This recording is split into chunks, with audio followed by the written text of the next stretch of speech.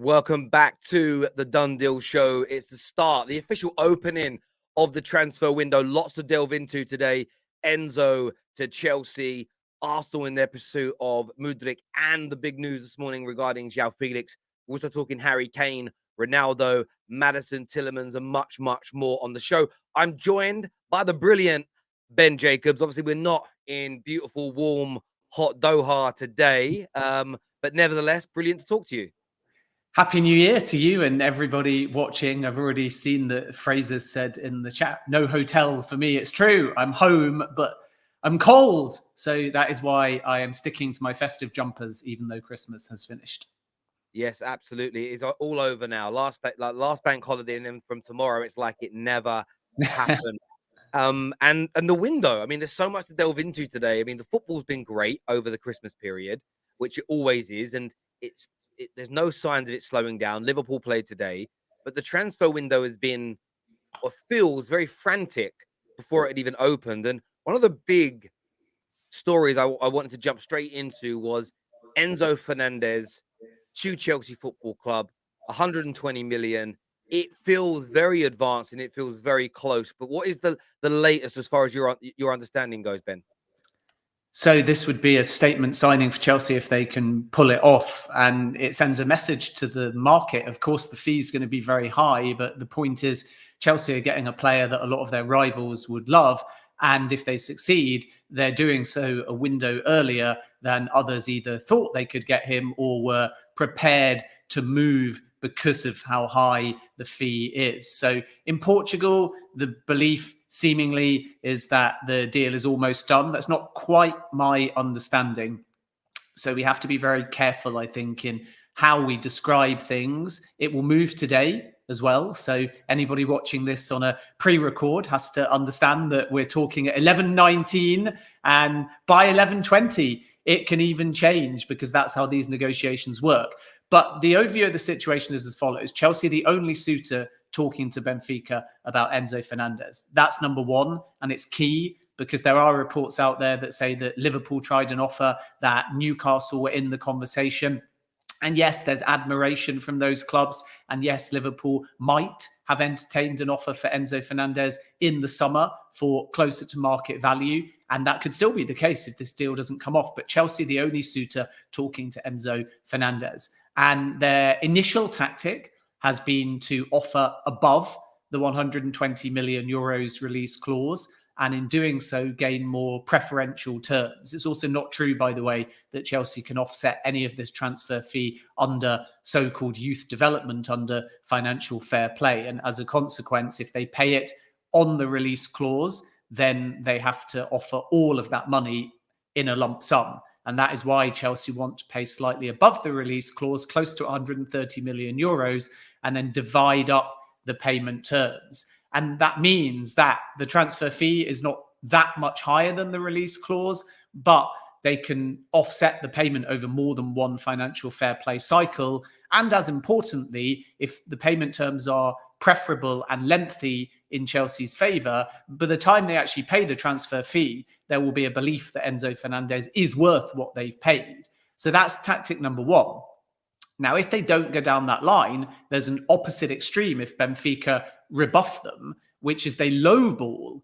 And that may seem like such a strange thing to say, but it's really important to stress another thing here, that 120 million euros is massive.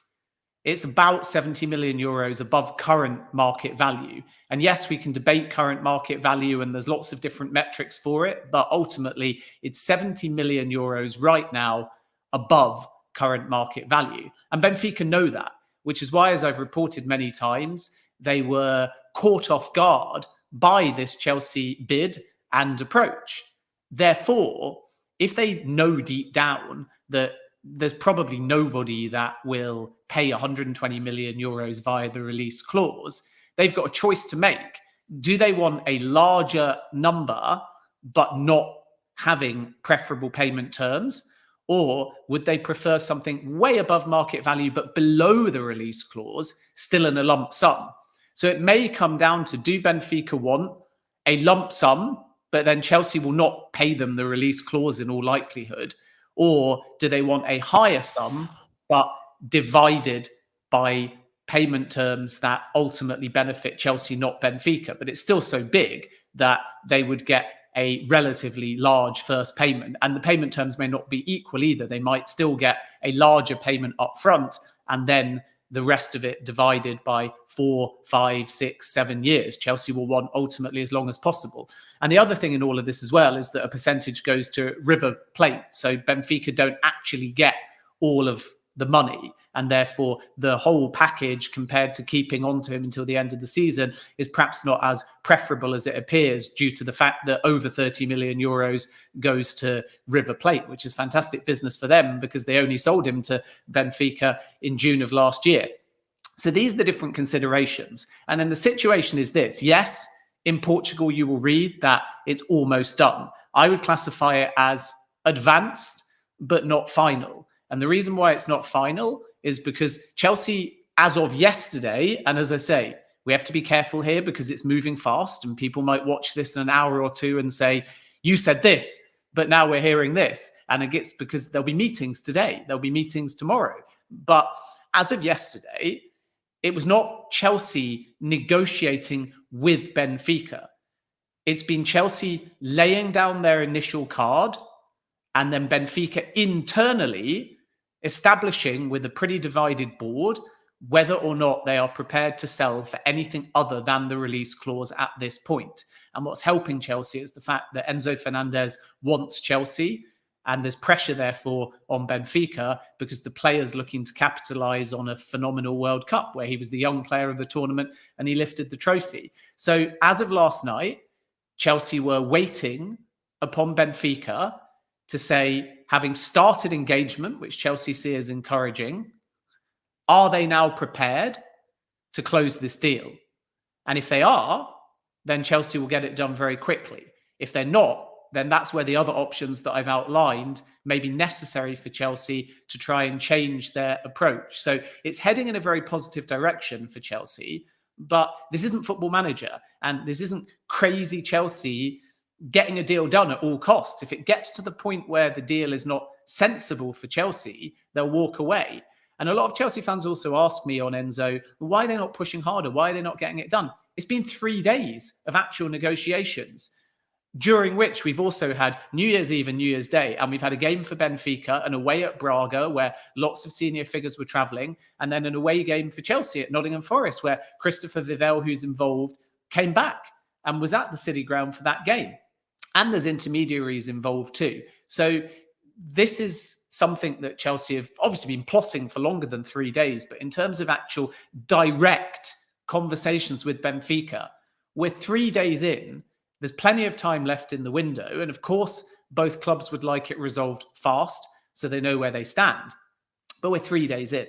And it's not common sense for Chelsea to just push and push and push. Because if they do that, they send a message to the market that they're always going to come back, that they're always going to fight, and it's over aggressive. And if you do that in negotiations, then Benfica just bide their time and say, well, even if we reject, they'll come back with a higher offer. And eventually Benfica will get everything that they want from this and Chelsea will get the worst deal in the world. So it's very important that Chelsea stick to their guns, stick to their valuation, stick to either their payment terms, or if that doesn't work, stick to a much lower offer than the release clause if Benfica's priority is to get a fee in one lump sum. And still those options and that back and forth and that cat and mouse is taking place. And Chelsea, as of last night, were waiting on a Benfica answer. So at the moment, what's more important is internal Benfica discussions, not Chelsea to Benfica discussions. And as soon as Chelsea get their answer, it will either be positive and get done very quickly, or Chelsea will have to change their approach. So I think that it's all very encouraging. It's all pretty advanced. There's full buy-in on the player side, but we wait and see whether Benfica are prepared to give Chelsea the deal that they want. And if they're not, then I actually think that Chelsea would walk away. Yeah, I mean, the financial element is so interesting because there was that rumor, as you've already put to bed, around does it come under youth development? It doesn't. But interestingly, paying 130 million is over a 6-year period is less risky than 90 million cash up front, because as we all know, net spend is real from the perspective of the way the computer games do it and the basic way that certain tabloids will do it. But in reality, net spend doesn't exist. If you buy a player where accounting works, which is what FFP is connected to, if you buy a player for 130 million and in 2 years he's flopped and you sell him for 80 million, but you've only paid 40 of that 130, on an accounting level, you actually make a profit on the player, which is what the FFP feeds into. So I actually understand Chelsea's method of maybe paying above the release clause, spreading the cost, because there's theoretically less risk than 90 or 100 million pound cash outlay in the beginning, which you never get back if the player doesn't perform. So there's so many elements to this deal that I find intriguing. It's one of the reasons I love transfers. I'm also looking at it from a Chelsea point of view that they are kind of struggling at the moment. Another game where I think in their last 7 games, they've only won 1, or last six or 7 games, they've won 1 match, lost 3 or 4, drawn games, and their fans are becoming angry. They're becoming frustrated at Graham Potter. Some fully behind the Todd Boehly process and know it takes time. So Enzo is I suppose, one of those signings where it will show the world that people are still serious. We know Badashila, as you and David Ornstein revealed yesterday, is done and dusted and over the line. So yeah, it's going to be an interesting one to see what actually happens now with this deal and the mood around the dressing room and what Chelsea fans make of it, because it's big, big money. They're blowing everybody else out the water, and it's going to take the spending near 500 million in one season for the Boehly regime, which is, I suppose, a lot of people just can't get their head. They view it as Chelsea are just throwing money at the situation. But are Chelsea building something more substantial behind the scenes? Oh, absolutely. We know that in the course probably of the next 3 windows and 2 seasons, Chelsea's entire identity will have changed, because they will have a multi-club model. They will have consistency around an approach and a strategy, and we'll start to see whether all of these young signings on long-term contracts are settled and breaking through and working. And at the same time, we will know whether the loyalty and investment in Graham Potter has worked, and we'll have more than just a 6-month period to judge this new and highly ambitious group. And then away from the football side and away from any multi-club model investment or purchases, we'll also watch the development of the brand, and we'll start to see in more practical terms a roadmap for the redevelopment of Stamford Bridge as well. So Chelsea shouldn't be judged now. What they have to balance is the urgency of the short term to make sure that they don't fall too far from grace. And by grace, of course, I actually mean Champions League football. And they have to plan the long-term strategy. And there is that balance, because sometimes you need urgency for now, and other times you have to stick to your guns. And Manchester United are in the same position. They need a traditional number 9. They need to replace Cristiano Ronaldo, but there will likely be a sale in 2023. And Erik ten Hag has longer-term plans and desires. So there's a need for the now. And for Manchester United, they're in a better position because they're on course for top 4 at the moment. It's going to be tight, but they've had a much more positive start to the season than Chelsea. From Chelsea's perspective, they know that they can't fall into the bottom half of the table. And if they lose to Manchester City, they're not too far from that potentially. And they also know that the fan mood, because of how many trophies Abramovich won, is quite tense at the moment, because the fan base are not only looking at 21 trophies under Abramovich, they're also seeing the sacking of Tuchel and Graham Potter coming in, and they're wondering what the strategy is. They're wondering where the improvement is, and the 1-1 draw at Nottingham Forest certainly doesn't help. And it's a shame almost, because football is so quick to turn, and you can draw with Forest. And if they announce Enzo Fernandez this morning, the fan base fall in love with the ownership group again. And the amount of Mondays I wake up and hear Potter out, Boehly doesn't know what he's doing. And then Tuesday morning I wake up and it's, wow, what's Boehly cooking? Enzo Fernandez is coming in, and Chelsea are going to have a resurgence and get into Champions League this season, win the Champions League this season, win the league next season. So football fans are quite fickle, particularly on Twitter in that respect. And the level of spending and ambition is high, but the progress on the football field is a little bit slower at the moment. And I think that Graham Potter's issue is that he's almost overthinking it. I don't think he knows his best 11. I don't think that you need as much tactical nous as he did at Brighton. That's not to suggest that the manager doesn't have to think deeply about how he's going to win a game. But I do think that when you're a manager of Chelsea Football Club, you can turn up to Nottingham Forest with a default position of authority, and you know you're going to have the ball, and you know you've got more quality, so you just play your game, and you play your game with confidence. So when you go 1-0 up, you try and kill off the game. Whereas I think if you're Brighton away at Forest and you go 1-0 up, that's when, as a manager, you start to think about how tactically are we going to shore things up? How tactically are we maybe going to get a second goal on the counter-attack? How tactically are we going to weather the storm of what the home team are going to do? But if you're Chelsea, you just keep playing your game. And if Forest come forward, you have the confidence to win the ball back and make sure that you're hungry and have energy and stay positive. And then because of your quality and because spaces will emerge, you'll get the goals. So the surprise, I think, in Forest, from Potter's point of view, was as soon as they went 1-0 up, Forest came at them. Chelsea sat back. They didn't have a shot on target. They only had one shot on goal. And you're thinking to yourself, but regardless of what Forest do, Chelsea should have the quality to simply win the ball back. And if they win the ball back, they've got the pace and they've got the talent to at least create opportunities. And if one of those opportunities comes off, you kill the game off. So I think he overthinks it. I think sometimes he's still got his Brighton mentality of, we're Brighton and we're away from home and we're ahead. And it's like, you're Chelsea, and Chelsea away from home and Chelsea ahead against lower ranked opposition don't need the same tactical complexities as other teams. They just need to play their own game and realize that they're a dominant side, they're a better side. So I think that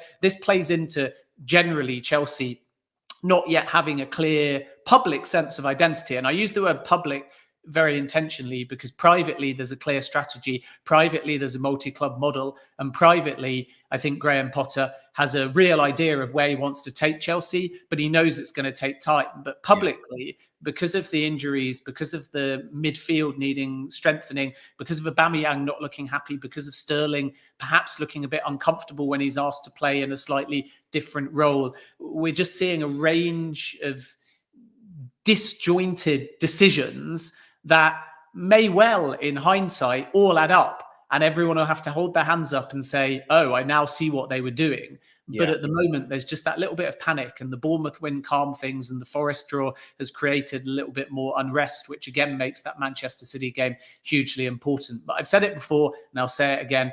Chelsea are to be judged in the long term in a year, if not longer, certainly 3 windows time, this window included. And then it should become apparent exactly what they're building and why they've taken a number of these different decisions. But obviously, football fans paying hard-earned money judge them now and get annoyed when their side doesn't win, get annoyed if their side doesn't reach Champions League football, gets annoyed if their side's won 1 in their last 7 games. And quite right too, in some respects. But I have to reiterate what I've said before. This group is 6 months in. The very future of the club was in doubt. They've spent Abramovich-like levels. They're having to learn as they go. There's a new board. There's a new recruitment team. Some of those new recruitment members haven't even started. So to expect it all to be smooth and plain sailing and success overnight, I just think is unrealistic. Totally understand that. And of course, fans, rivals especially, are going to have different views on that. Everyone watching, please hit the like and share button. I wanted to ask you, obviously, we're going to be speaking Mudryk, we're going to be speaking Joao Felix, we're going to be speaking Harry Kane. One of the other deals that we spoke about, or you said we'd be speaking about today, is Caicedo. Now, Chelsea have been linked to him. Liverpool have been linked to him. £70 million is the price we've seen across social media. What is the likelihood of Caicedo leaving Brighton this January, and where could that destination be? So the first thing to say is Liverpool haven't made a bid for Caicedo. I know that some even say 2 bids from Liverpool, but my understanding, as I first reported now about 10 days ago, is that Liverpool never bid for Caicedo. And it's as simple as that. And I'll explain why in a moment. There's a very real possibility that Chelsea come in for Caicedo. I know that Alexis McAllister has also been linked with Chelsea and other clubs, but Brighton would like to keep hold of Alexis McAllister. He's contracted until 2026. And a bit like Rashford at Manchester United, at the club end, they can extend that automatically by another year. So effectively, he's contracted until 2026. And even though he had a tremendous World Cup. Brighton are desperate not to have McAllister go mid-season. And in addition to that, they've brought in so much money recently, including that 62 million for Marc Cucurella, that they're under no financial obligation to sell. With Moises Caicedo, the difference is that a lot of clubs did legwork long before the World Cup. So there is more progression in the thought process of various suitors on wanting to move for Caicedo comparative to Alexis McAllister. And with Moises Caicedo, Brighton's valuation, and this was even said when Graham Potter was still at Brighton, is somewhere in the region of 70 to 75 million. And when a figure of 42 million was quoted to Graham Potter when he was still the Brighton manager, he laughed and said, not even close. You'll only be able to buy his boots for 42 million. So I think it's clear, even if Brighton come down on valuation slightly, that you're going to need minimum 60 million for Caicedo, and Brighton would really like 70 to 75 million. And of course, they don't want to lose Caicedo mid-season either. But there is a real feeling that clubs like Chelsea in particular, and even one or two others that are looking at Caicedo, may move either in January or they'll start to aggressively line something up for the summer. PSG are another club that have scouted Caicedo. They've not moved, but they really like him. Even Bayern Munich have looked in the past, but been put off by the quoted price tag. That was back over the summer. So there's several clubs that have put in process a Caicedo move on the player side, on the scouting side, but nothing yet with Brighton. But there's a real feeling from several industry insiders that Chelsea might be the club to move for Caicedo at some point in 2023. That's the first thing to say. So then coming back to what I said before, why not Liverpool and why nobody at this point? And the answer is because the deal is extremely complicated. So Liverpool have had a historical interest in Caicedo when he was still back at his old club. They're known as IDV. And then he joined Brighton. And Liverpool would have actually moved for Caicedo before he joined Brighton. But the deal was just messy and nothing has changed. And by messy, I mean that when Brighton came in for Caicedo, they paid a tiny fee. But on top of that, there were all kinds of different cuts and concessions and agent fees that they had to pay. And Caicedo, as a young player, didn't have the best advice when he was a kind of burgeoning football player at 16 or 17. And he tied himself up to lots of different agencies representing players in lots of different countries in non-exclusive partnerships. And there were all kinds of terms signed. So essentially, and in the most basic terms, every time Caicedo moves, lots of different agents claim to represent him. Lots of different agents have got paperwork. Lots of different people say that they're entitled to a cut of the pie. So the cost of doing a Caicedo deal is a lot higher because of all of the different fees and percentages that are owed to various parties. Add to that the fact that towards the end of the last window, Caicedo changed his agent again. And you have a new agent into the fore asking for new terms, putting out new feelers to lots of different clubs and trying to create interest around his client. And it makes the situation extremely messy. So you're not only having to deal with Brighton, who want a high fee, but you're also having to navigate the landscape of what is a pretty complicated and messy negotiation on the agent/agent side. And then the family are involved as well. And those representing him on that side may not have the same paperwork or formality, but they're heavily involved within the negotiations as well. So it's not simple. And Liverpool walked away because they just don't do those kinds of deals.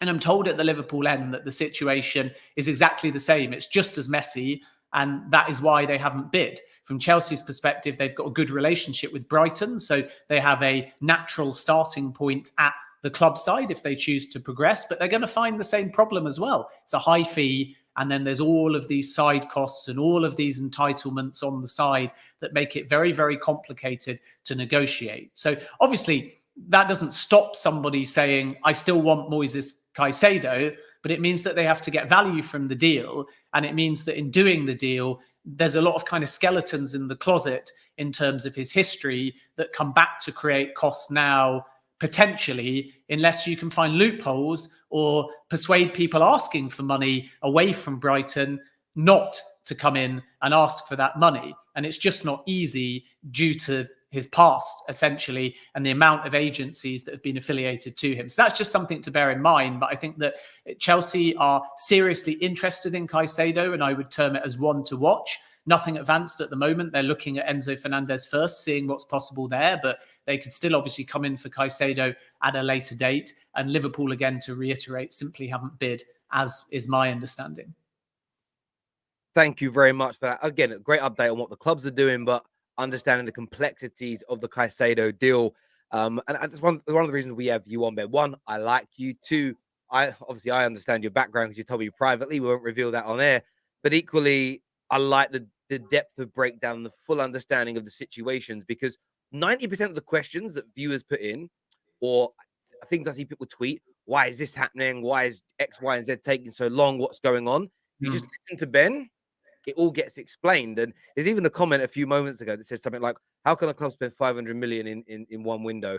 What about FFP? And I'm like, bro, that's why I keep saying to these people, and it isn't my opinion, the financial experts have said, because net spend isn't how FFP is judged. It's based on the actual bank accounts, and depending on how far you spread the costs, your financial accounts, like £500 million spent in 1 year, might be spread over 6 years, which means those losses will be, you're not going to get a £60 million loss in 3 years. You might actually spread, if there is a loss, over 6 years, and it's under the rate. And that's why you've got to listen to the experts, people. So listen to what Ben has got to say. As Matt G says, I love Ben's breakdowns. Before we move on to Arsenal, I know a lot of people are interested in what's going on there, and Man United regarding Joao Felix and Mudryk. I'm intrigued by this one because I have no idea what's about to be said. But what's the latest in regards to Harry Kane? Please tell me he's leaving Tottenham and saving his career.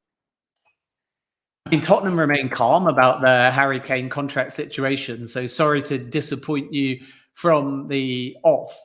And the reason for that is because their approach to Kane in terms of any possible new deal is going to be around giving him that control of the football club.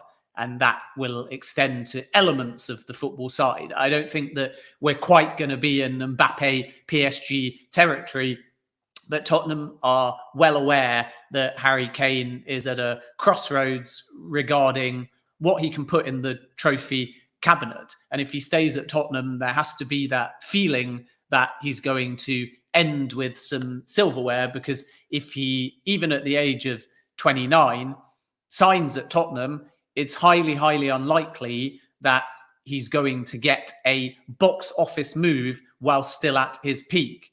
I suppose you could argue you could stay at Tottenham for 3 years if he signed now and then still go somewhere and have one last push. We're seeing that, for example, with Lewandowski at Barcelona. But generally speaking, it feels like it's stick or twist for Kane now.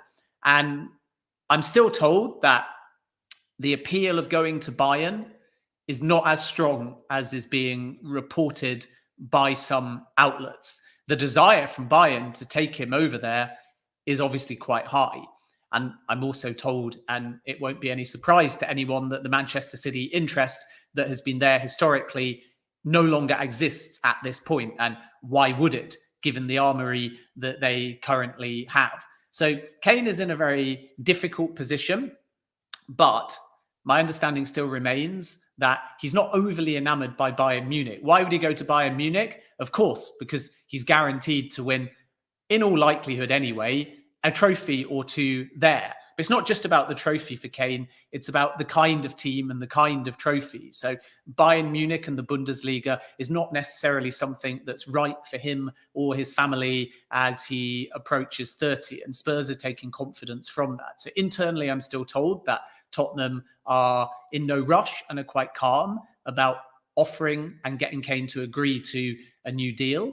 And from Kane's point of view, the mood whereby it looked like he was going to force his way a little bit out of the football club when Manchester City were interested has changed. Now, what's interesting is that they've had 10 straight games, which is an astonishing stat, 10 in all competitions where they've been behind first in games. And of course, they're coming off the back of a horribly disappointing 2-0 loss to Aston Villa. And we also don't know what's going to happen with Antonio Conte. So this is the consideration with Kane and for Tottenham. Do they go Conte deal first, then Kane, or Kane deal first, then Conte? And my understanding is that, as I said before, and when I talk about football influence for Kane, I'm told by Spurs sources that anything Tottenham do, they want to go to Kane first, even if he hasn't signed a deal, even if it's not directly related to the contract talks. They want to seek the advice of Harry Kane. So Kane gets this feeling in the second half of the season that he's a part of everything, that he's integral to the decision making. And therefore, he gets this de facto sense of authority and importance at the football club. So when they then put an offer down, he feels like the club are doing everything in keeping with Kane's own thinking to give them the best possible chance of getting him to re-sign. So the downside, of course, for Tottenham is if they don't make Champions League, the dynamic changes. And you can understand why Kane might want to wait and work out what he's getting next season before committing to anything. But by the same token, he could negotiate into any contract, was he to sign earlier, that if Tottenham don't make Champions League football, what he signed effectively becomes meaningless and they have to let him go. So I think what we're going to see is two things. One, Tottenham pushing and involving Kane in everything. And two, Kane, should he sign, and Tottenham remain confident or calm anyway, that there's a very strong possibility they'll keep him. But from Kane's point of view, the contract will be very Kane weighted, very in his favour. So it's not actually a long-term locked-in deal. It's a deal that may keep Kane at Tottenham if everything goes according to plan. And then if things change on the football side, Kane can say, I'm sorry, but as much as I had the loyalty and the commitment to win things with you, I'm not going to stick around here if we finish in 6th place, if the manager gets sacked, if I don't like the new manager, and if I don't like where the football club is heading. And I think that Kane's in a very strong position in that respect, because he knows that Tottenham will want to keep him. He knows that they'll reward him. He knows that he can ask for these kind of exit terms. And he knows that if he does want to exit, there'll be a lot of interest globally, including from Bayern Munich and probably one or two other clubs in Europe. And then we wait and see if anyone in the Premier League are interested in him as well. I still think, as I've said many times, and I'll get misquoted on this, and people will only take what I'm about to say and not listen to the context, which is why, again, I'm rambling a little bit to set up the fact that what I'm about to say needs context. But I still think that Chelsea are going to look at Harry Kane. That's the first thing. And that's the bit that people will grab, and it will be on Twitter, and it will cause a kind of false panic. But Chelsea do not think they can get Harry Kane right now. Chelsea have not moved for Harry Kane. Chelsea have not started anything for Harry Kane, but the admiration is there for Harry Kane. And part of that is because, let's not forget, this ownership group had, to some extent, looked even at buying Spurs long before Chelsea. And there are some Tottenham fans, not that that should mean anything in the sense of influencing their decision-making, but there's some Tottenham fans within this new ownership group. And I only bring that up because, even though it's a bit glib, they have watched Kane quite often, so they know what he can do. So, of course, Tottenham don't want to lose Kane. And, of course, Tottenham will be even more bullish about not losing Kane to a Premier League rival, which, again, is why context is key. And, again, is why, were Chelsea to move, hypothetically, they may struggle, because the last thing Tottenham would want is to let Kane go to Chelsea. But the point here is that Chelsea would love a player like Kane. They have huge admiration for Kane. They know that nothing is possible right now, in the same way that Manchester City know that nothing is possible for Saka right now. But if a window of opportunity ever opened, if Kane genuinely became available to a Premier League club, then why wouldn't Chelsea be one of the suitors that came into him? Because he's a world-class player and he's exactly what a club like Chelsea need. So again, I reiterate, I'll get quoted now as saying that Kane's going to go to Chelsea, which is nonsense, because they know they can't get him and they have not moved at all for Kane. But watch this space way down the line if Kane becomes available to a Premier League club, which is an if, and then wait and see whether Chelsea move should that scenario emerge. Well, it's an interesting thing you say, because the question I was going to kind of pose to you, not for information, because I think Man United are in the same space as Chelsea. I don't think there's any move for him right now, but I would expect Man United, and I would also put Newcastle into the same category as Chelsea, to be watching this Harry Kane situation. Because if we take Man United as an example, they need a 9, they need a replacement for Ronaldo. Even 3 months ago, they wouldn't have even thought about Kane, because Kane wouldn't be interested in them, because Spurs were perceived to be ahead of Man United. If he wants to win trophies and progress, you wouldn't go to Manchester United. However, you get to the end of this season, and if Conte leaves, I'm painting a picture here. Conte leaves, and Spurs are in 6th, but Man United finish 3rd and are looking brilliant. Maybe win the Europa League, get to an FA Cup final, but we need a number 9 to kind of complete the jigsaw. That's when the Harry Kane scenario, in my opinion, comes alive again. And I think the information, again, you gave us in terms of what Spurs are looking to do contract-wise, one, it made me laugh. My first thought was they can't win him trophies, and I'll just let him own the trophy cabinet. That makes a lot of sense. But then at the same time, Harry Kane's going to put those out clauses in there. Almost, well, if we're not in certain tournaments, we don't have a particular profile of manager, I get to leave for a said price.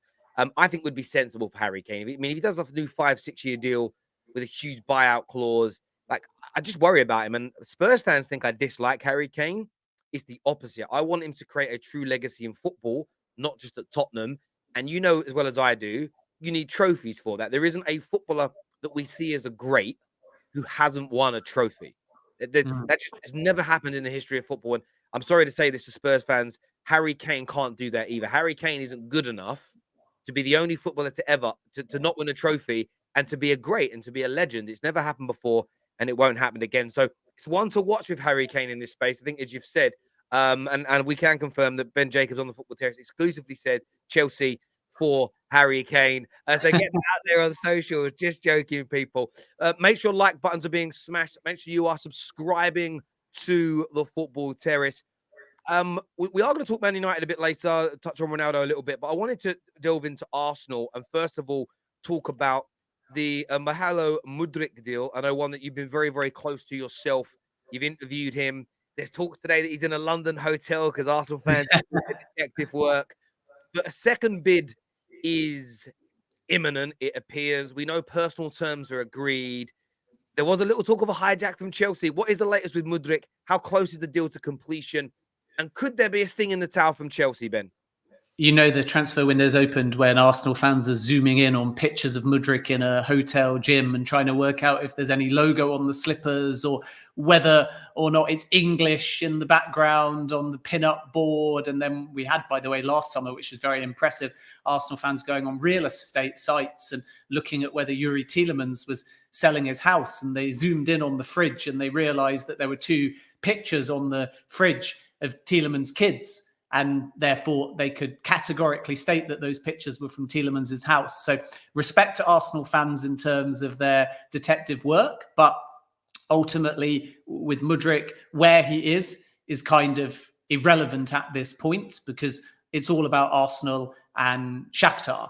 And even if Mudryk was in London, it wouldn't make much difference because still no final agreement between Shakhtar and Arsenal, but high confidence that it's heading in that direction. So I've obviously been covering the Mudryk story since last summer. I was one of the first to say that Arsenal was seriously interested, and I was the first to interview Mudryk about 3 months ago, and he told me that he couldn't say no to Arsenal. And I've also spoken to Dario Serna, the sporting director.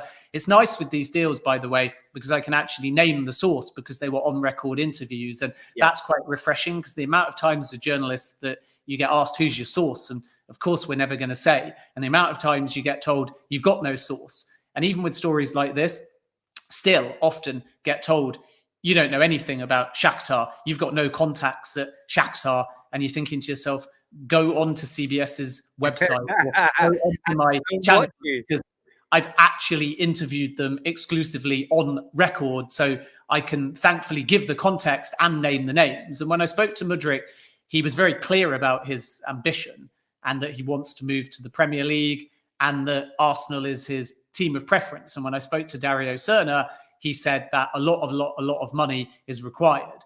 But what we have to remember here is that last summer, a lot of money was 45 to 50 million euros. Now, a lot of money, as far as Shakhtar are publicly saying, is 100 million euros. But that's just gamesmanship. So Arsenal are confident because they believe that the framework of a deal is in place. And their first bid can almost be described as a marker, not a bid, in the sense that they knew it would be rejected. But you're putting something down there to show the valuation. And actually, Arsenal's valuation in their first bid, in the mid-60s euros wise, and of course in millions, was ballpark what they think a deal is going to get done for. It was just too add-on heavy.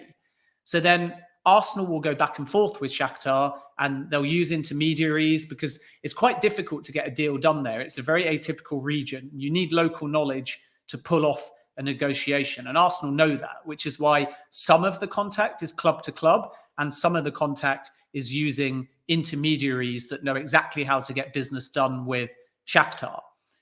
And ultimately, the simple thing with this is Arsenal will move from a add-on heavy offer in the mid-60s to a guaranteed fee heavy offer, either in the mid-60s or at the top end pushing 75 million euros. And somewhere around 55 million euros, 50 million add-ons, maybe 5 more, maybe 5 less. It just depends where you put the weight of money in the guaranteed fee or in the add-ons. But something in that ballpark is likely to get done. And as of early yesterday, no second offer had come in. That could have changed in the last 24 hours, but there's a grey area because it's likely to be a verbal offer. As things get closer, clubs don't always take the time to make formal offers. They go verbally back and forth to get the framework of an agreement in principle.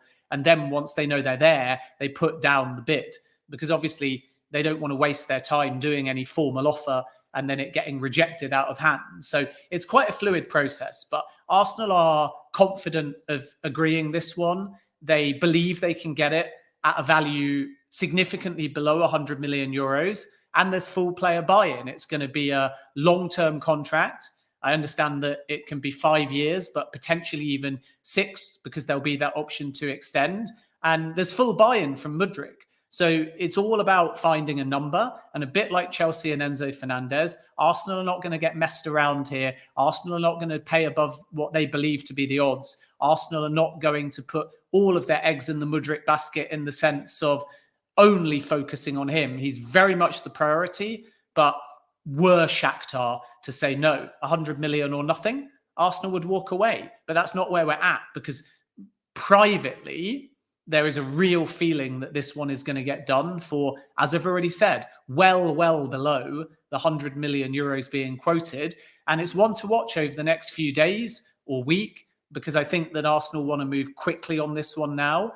And as I've said all along, there is optimism that they can get a deal done with Shakhtar that's much closer to their valuation. Yeah, I think that I followed your lead on this from its inception, really, due to the direct contact that you've had with Mudryk. I always remember one of the original interviews where there was the way it was kind of perceived is that he didn't just say he would join Arsenal. He specifically name dropped Arsenal. It wasn't as though Arsenal were presented to him as would you like to join Arsenal maybe? And he went, oh yeah, that'd be nice, being respectful. It was, would you like to be in the Premier League? And it was, yes, I want to join Arsenal, essentially. I'm paraphrasing, but that always led you to believe that. It's why the hijack stories of Chelsea coming in, I feel as though Chelsea may have an interest. Of course they may. He's a very highly touted player.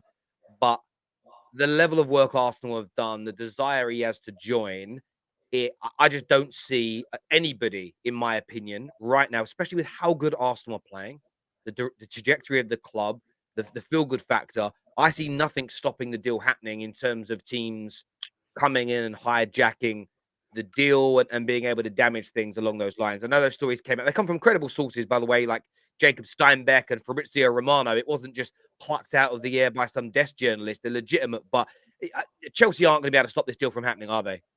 Well, what you have to bear in mind is that the story of a hijack comes from the fact that Shakhtar are quite prepared to entertain offers. Shakhtar are quite prepared to offer the player to other clubs because they want the highest possible price. So therefore, these links can have substance without being realistic, because it can be factually accurate that a player is offered to another club, and it can be factually accurate that it's highly unlikely that club will either move or succeed. And the reason why those two things can sit together is because from Shakhtar's point of view, they would love to get Arsenal at a point of an almost done deal and then say another club's come in with a hijack offer and they've offered us 90 million euros and Mudryk's prepared to join both. So therefore, you've either got to up your offer or we're only going to accept the hijack bid offer. And there's no 100% way that a club like Arsenal can categorically state, unless Chelsea are open with them and say it's nonsense, that there's not an element of truth in that. But my understanding with Mudryk and Chelsea is that there's very little to it. And that even though these clubs will all be across every top player in terms of their scouting, Chelsea's priority in January is not that Mudryk position. Because the thing with Mudryk is that, yes, he's an attack-minded player that Chelsea would love, but he's not a source of goals from out wide to the tune that Chelsea need. What he has is a high ceiling, a relatively low wage, and the ability, and this is why Arsenal want him, to develop from a left winger into somebody who already loves cutting inside that could maybe play more central in terms of either his starting position or game management, and also can go deeper and switch sides. And that allows him to be the complete package. And he's so willing to learn, and he's got so much raw talent that Arsenal see a lot of variations in the kind of role that he can play.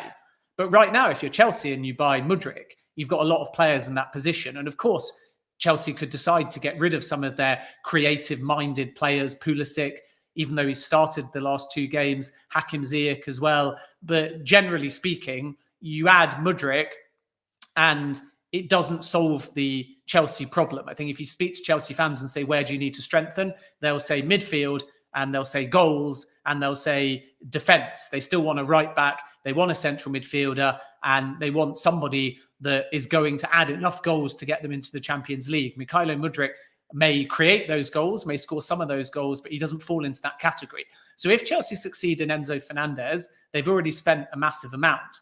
And then they could still move for one more in midfield, and they may still want to look at full-back options too. And they've got a plan for the summer where they want to enter either, or maybe even both, the Jude Bellingham and the Declan Rice race. I mean, they'll be involved in both, but I don't think they genuinely believe they're going to get both of those players. So then if you've got to find 70 million euros for Mudryk as well, at that point, financial fair play does come to the fore to some extent. So I haven't been told that there is too much in this Chelsea and Mudryk deal.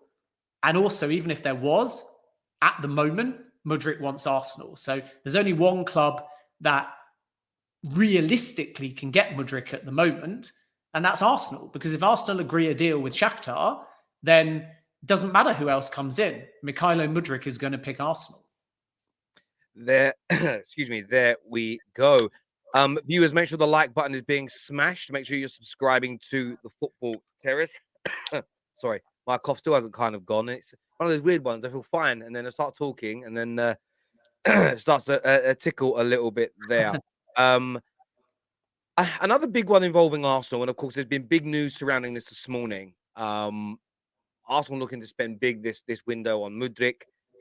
Joao Felix, though. £21 million is the quoted deal. We know this deal is Mudryk. We know that Joao Felix to Arsenal is on, in the sense of Arsenal are trying to work on this, to trying to lower the price. Man United are also involved. What's the latest with Joao Felix and a loan move to the Premier League this January? So I'm aware of the stories this morning, but they're pretty consistent with what I reported about 10 days ago. So not a massive amount has changed. Joao Felix is available on a loan deal, of course, for the right offer. He could be available on a permanent deal, but that's not the pitch at the moment on the Atleti side or the Mendes side. And Premier League clubs are very much interested in a loan, but very put off by the package that's been offered to them. And as I said last week, it's for a variety of reasons. One, Atleti are saying straight loan deal, no option. And two, they want a huge loan fee. And in addition to that, they are asking that 100% of the 5.3 million wages are covered across the half-year loan, which is a lot of money to spend up front for potentially limited football. Now, of course, we have to be careful with these numbers, because if you're working them out as of now and he goes at the end of the window, the numbers may change.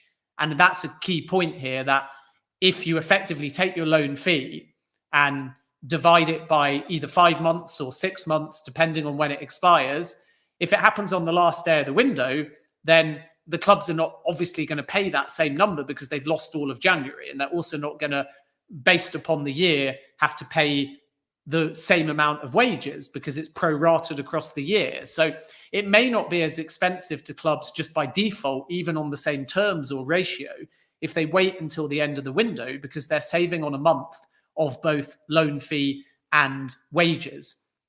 But, in essence, it is a high loan fee and it is a very high wage for what, if he joins at the end of the window, could football-wise effectively only be February until May, which is not a lot of time. And for a player of that quality and that age and that potential, all 3 Premier League clubs that have held dialogue to differing levels essentially want the ability to sign him if things work out. And Atleti are not so sure, because right now, a lot of the impetus behind this is financial. They need him off the books. But at the end of the loan, they might want him back. Now, we know that Felix isn't enjoying playing under Simeone, but we also don't categorically know what's going to happen with Simeone at Atleti. And we also know that the Atleti board see Joao Felix as an asset.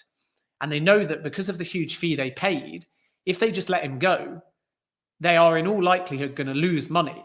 Whereas if they loan him, they alleviate their short-term financial situation, and they still have the ability to maximize the value either on the field or at a later date off the field in terms of what they sell him for, if the form improves, if the game time improves. Hence why their starting position is a reticence to just give a club the ability to loan him and then buy him. Yeah. And you can understand why, if you're Manchester United, Chelsea or Arsenal, you're thinking, what's the point here in spending all that money and then at the end of it not being able to sign the player? So this is where the finesse of the negotiation is important, because you still might have the ability to loan Felix for less money and then not care if you can't sign him, or loan Felix for less money and negotiate an option to sign, or loan Felix for less money and then in a separate deal come back and sign him in the summer. And all of that will be thought about by the clubs.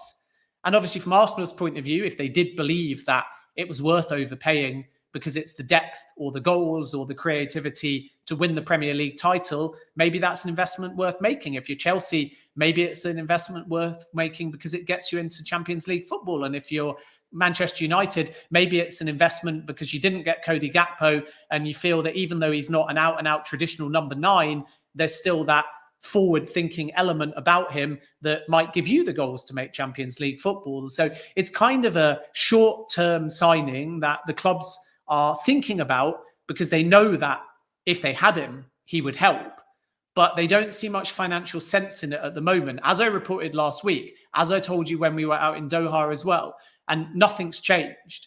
And nothing will change, by the way, now, because Atleti are not going to just soften overnight.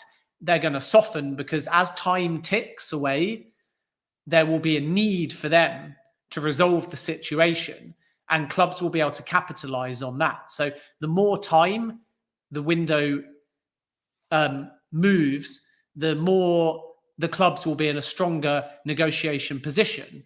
But Atleti are playing on the fact, perhaps, that a high volume of interest might eventually persuade someone, maybe that misses out on a primary target, maybe that has results like Chelsea go against them. Are they just going to go, yikes, let's move now because we're worried if we wait, we'll get beaten by a rival? So it's a very interesting balance, because if you're the 3 Premier League clubs that have been linked, then ideally you'd all just choose to wait, and then the value would drop, and then you'd hope that you win the race. But the risk is that if all 3 clubs move, 2 of them are going to be unsuccessful and very late in the window. And Atleti are obviously hoping it's the opposite extreme, and that somebody just moves quickly because they are more intent on winning the race than getting value for Joao Felix. Yeah, it's certainly a very interesting deal, as you say, because of all the complexities of what happens at the end of the loan. I mean, equally, clubs don't really want an obligation to buy if he comes here and flops. You don't want this 80, 90, 100 million pound debt essentially at the end of it for a player who doesn't deliver. Equally, Arsenal's situation may be more unique because they could win the Prem and maybe not care as much, but you'd hate to. It would be a less period of time. It wouldn't be 2 years. But what Man United did with Carlos Tevez, I wouldn't want to see repeated again, even in a shorter format. He comes in and is the difference between us finishing 5th and finishing 3rd. We win a trophy.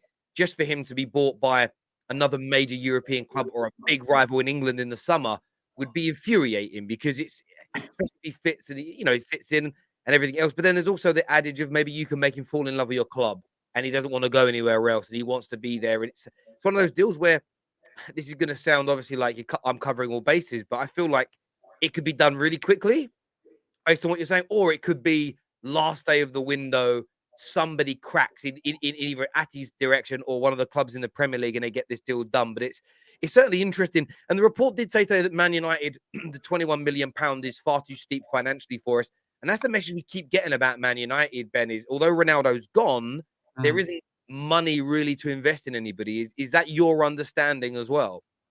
Well, I think that Manchester United will move to support Eric Ten Hag if there is a deal that is clear value. But I think what they won't do is spend a large outlay, having spent more than they budgeted last window, because of the fact that the Glazers feel a sale is, I don't want to say imminent, because people misunderstand imminent in a takeover sense, because takeovers take time. But I do think that there's credible evidence now that Manchester United could be sold to somebody reasonably early in 2023, whether in Q1 or Q2. And as a consequence, the Glazers will feel like this could be their last window, and they have to temper the financial spend based upon that if they are, in their own minds, outgoing. Now, we know from the Glazers that they are looking at all options. That includes owning minority investment. But when you're in that process, the last thing that you want to do is just throw money in order to try and gain something short term, because there's no benefit to the Glazers in doing that if they are to be outgoing, because really all they care about at this point is getting out on the best financial terms and then letting a new ownership group pick up the slack. It's different if you bring in a minority investor, of course, because then you're still the controlling members of the football club. But a clue to this window and how Manchester United act to the takeover is going to be in the level of finances spent. That's the first thing to say. But because they've started so positively this season, because Eric Ten Hag is genuinely building something, and I think people see that now, because there's respect for how Ten Hag handled the Ronaldo situation, even handled the Rashford oversleeping situation too. If he wants something and it is reasonable, I don't think the Glazers are going to stop him. But the Joao Felix numbers are not reasonable. And the only caveat to that, by the way, is if there is a ability with Joao Felix to get the loan fee down, regardless of the high wages, because wages can be high, but Manchester United have also just offset a load of Cristiano Ronaldo wages recently. And you have to think about individual players and their age. So you can't just say, because there's that Ronaldo chunk off the wage bill, let's just give it to Felix. You have to think about what that does to your dressing room. And if you pay Felix X, what do other players say? What do other players want? It's not just a case of transferring that money to Felix because you've got it and it's burning a hole in your pocket. But the point with a loan and the Glazers is, were they prepared to pay something that was, above market value, but still ultimately not 50 million, not 60 million, not 100 million? Then after that, if there's an option to buy, an obligation to buy, then it's all on potentially the new ownership group. So they can pick up that mess, they can pick up that wage bill, they can pick up whatever the fee is that's been negotiated.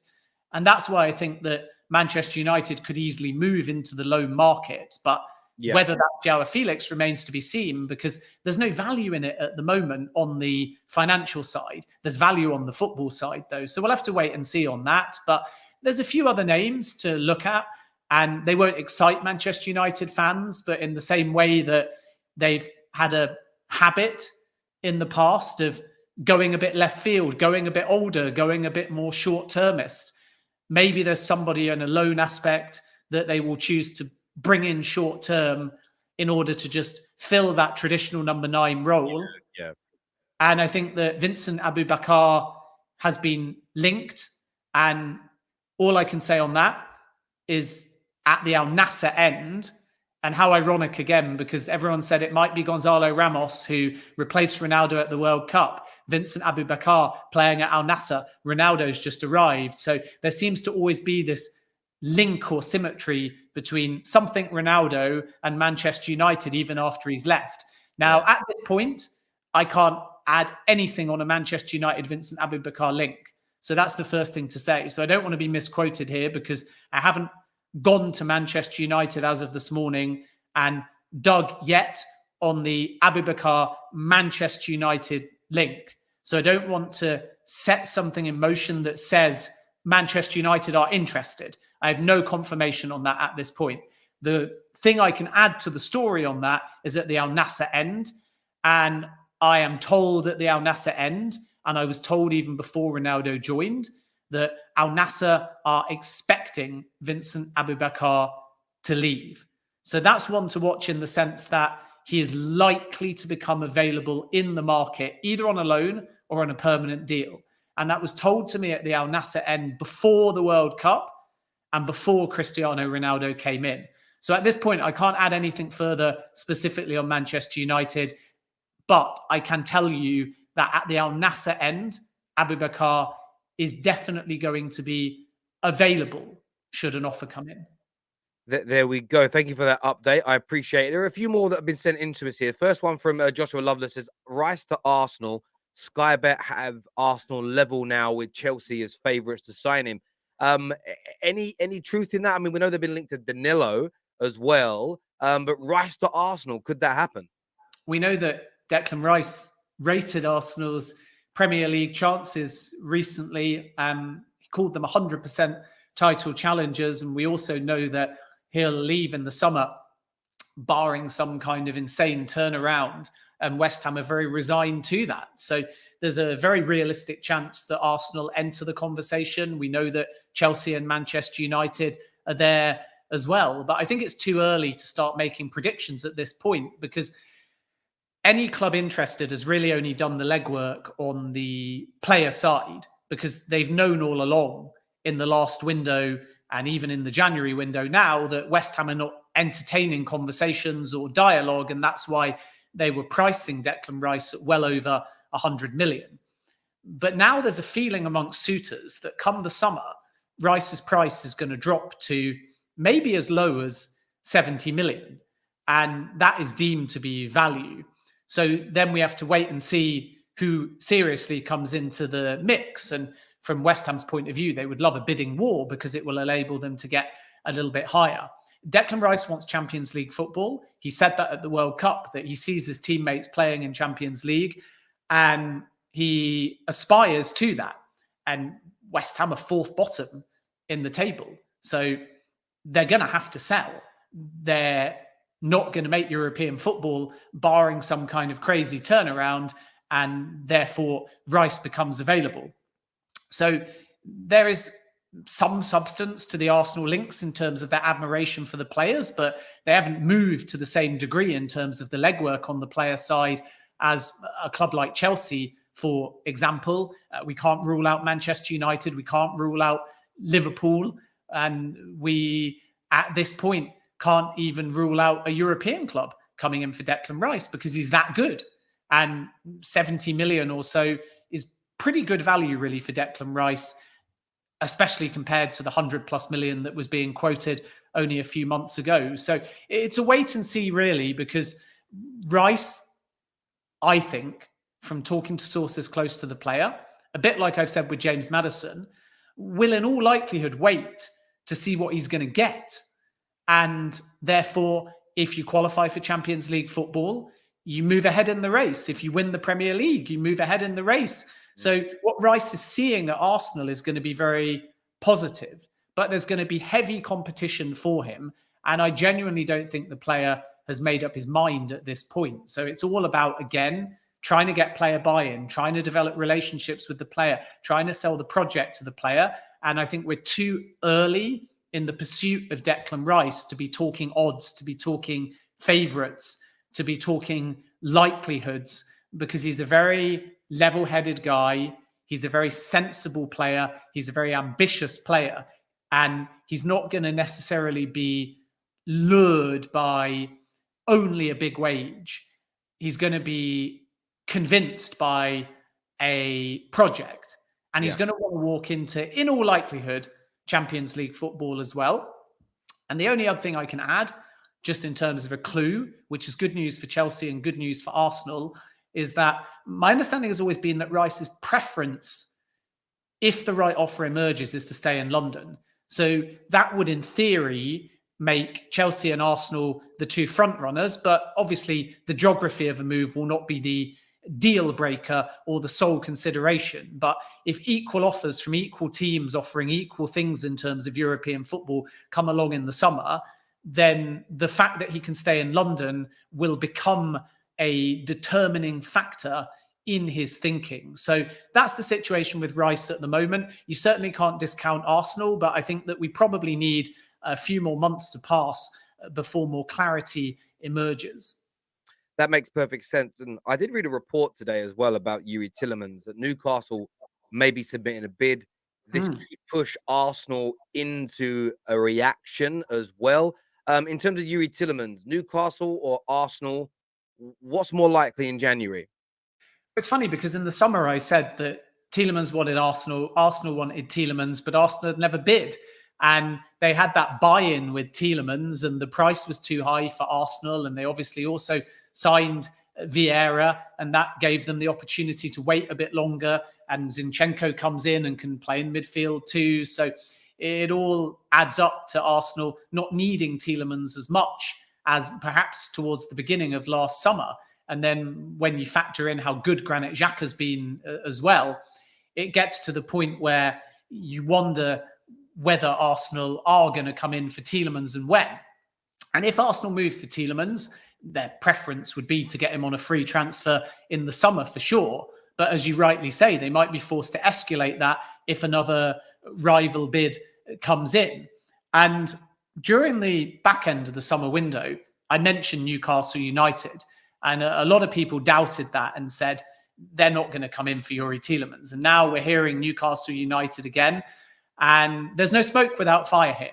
Newcastle are looking at Youri Tielemans as an option.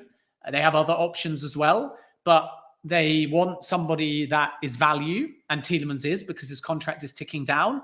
And their January strategy has changed really because of how good they've been, and they need that depth and quality to try and solidify their place in a Champions League football spot. And even though I don't think Newcastle will have a crazy January, and even though I think that Newcastle will be very loyal to the group that they've got, because it's all about momentum, they definitely will want to add something. And we'll wait and see what position that's in. But, you know, Callum Wilson has been ill and Chris Wood's had to come in. Isaac is still pretty new. We know that they were looking at James Maddison in that kind of creative-minded role, and they made an offer about 45 million and they couldn't get him. Ryan Fraser's a player that I understand is likely to depart in January as well. And even though none of these players necessarily rock the boat as far as Newcastle's momentum is concerned, it just shows you that up front, if Wilson gets injured, perhaps they lack a bit of depth, even with Isak arriving. If a player like Fraser goes, it doesn't affect their starting 11, but it still means that they might need a bit of depth. And then I think that Shelvey is a kind of player that could be replaced. So before you know it, you start thinking to yourself, if someone at value comes now and gives us that depth or can move into our starting 11, why not move for them? And Tielemans might fall into that category. Leicester were wanting about 30 million towards the back end of the last window. Now they're not going to get anything near that number. So if somebody offered half that, would that persuade Leicester to sell now because they don't believe that Youri Tielemans will sign a new deal? And we'll have to wait and see. And then, as you correctly say, does an offer from a rival suitor force Arsenal to move earlier? Or do they just accept that if Tielemans isn't available on a free, they're going to move on to other targets? And the final thing that I would add with Arsenal is just that, do their targets change? Because remember, when Arsenal started in this window or season, they were outside of Champions League and nobody had them down as title contenders. Now Arsenal are flying. They could very easily win the Premier League. And on top of that, they are near nailed on for Champions League football. So a target for next summer might change. One, because they can budget after about 10 more games and it becomes almost mathematically locked in. They can budget for spending more and they've got Champions League football. So that may completely change who they want next summer comparative to having to move in a market like last summer where they had smaller budget and no Champions League football. So this is why it's so important to Arsenal to get that Champions League spot.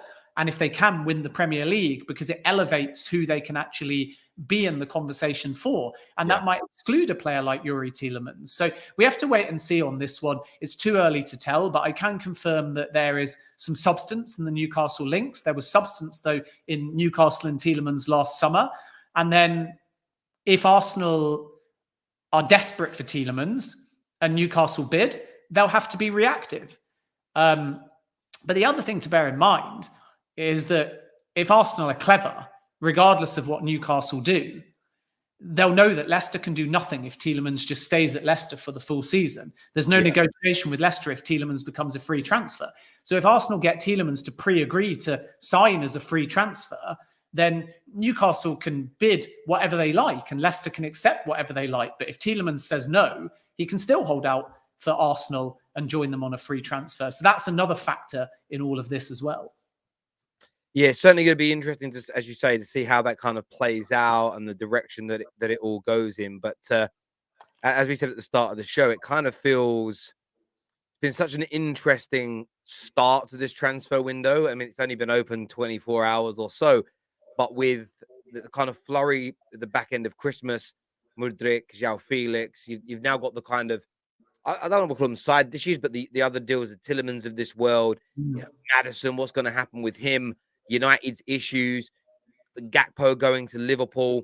You know, will there be a reaction from City? If they, I mean, listen, Chelsea aren't in great form, but Chelsea could beat them on Thursday. They could find themselves 10 points behind Arsenal going into the second half of the season. Could that bring a reaction from the Man City board to go out and spend some money to try and get, you know, to try and do that 3P? Only Man United have done it in the Premier League era. So, sorry, excuse me.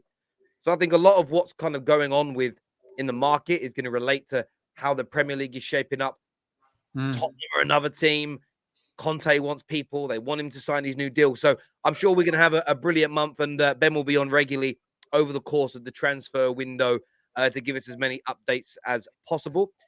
Joe here says, it's mega exciting to hear as a Gunner this is. Yeah, Arsenal fans are on cloud 9 right now. Good transfers being linked, top of the league, playing brilliant football. What a time. What a time to be a Gooner. I want to say thank you, Frank, by the way. You've been encouraging everybody to hit that like button throughout the whole show. Really do support that. Nearly 1,100 likes. And I will announce the biggest ever live done deal show the Terrace has ever had. We got just under 6,000 people watching live, which was amazing. So thank you all very much for tuning in. Ben, always a pleasure to speak, my friend. It always is. Viewers, we're back later today. Fan channel review is back mid-afternoon. It's epic. So make sure you're tuning in. And then live reaction to Liverpool versus Brentford, which I'm going to hedge a little bet that maybe Tony's back today. Maybe we'll have a little bet on Tony being back and scoring. We'll see what happens. Benjamin, always. No, he can't. I don't think, can he? Because he's got a knee injury. Yeah, but I've heard he's back. I read a little report last night that there was no damage and he might be back. So fingers crossed.